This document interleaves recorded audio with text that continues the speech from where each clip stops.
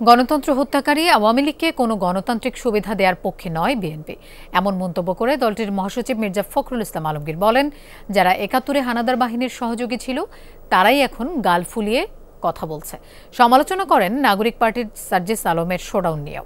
এছাড়া বিএনপির স্থায়ী কমিটির নেতারা জনগণ দ্বারা প্রত্যাখ্যাত লোকদের বিএনপির সমকক্ষ না বানাতে নেতাকর্মীদের নির্দেশ দেন।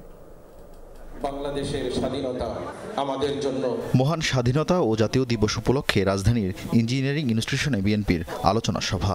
দলীয় নেতাকর্মীদের পাশাপাশি আলোচনায় অংশ নেন জাহাঙ্গীরনগর বিশ্ববিদ্যালয়ের ভিসি, ঢাকা বিশ্ববিদ্যালয়ের প্রভিসি ও জাতীয় বিশ্ববিদ্যালয়ের প্রভিসি। নির্বাচনের জন্য আলোচনায় বক্তারা মহান মুক্তিযুদ্ধে জিয়া রহমানের বীরত্বপূর্ণ অবদান ও স্বাধীনতার ঘোষণার প্রেক্ষাপট তুলে ধরেন। নেতারা বলেন, আওয়ামী লীগের মতো গণতন্ত্র বাধাগ্রস্ত করতে নতুন প্রকল্পের জন্ম হচ্ছে।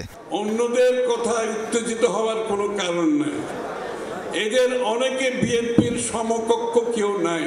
কোনো ধরনের উছিলা, কারো কোনো আবদার, এগুলোর দিকে আপনারা তোয়াক্কা না করে নির্বাচনের ৩ তারিখ ঘোষণা করেন। অনুষ্ঠানে বিএনপি মহাসচিব বলেন, যারা হানাদার বাহিনীকে সহযোগিতা করেছে তারাই এখন ৭১-কে ভুলিয়ে দেওয়ার চেষ্টা করছে। কিছু কিছু দল, কিছু কিছু গোষ্ঠী একটা বোঝানোর চেষ্টা করছেন যে ৭১ কোনো ঘটনাই ছিল না।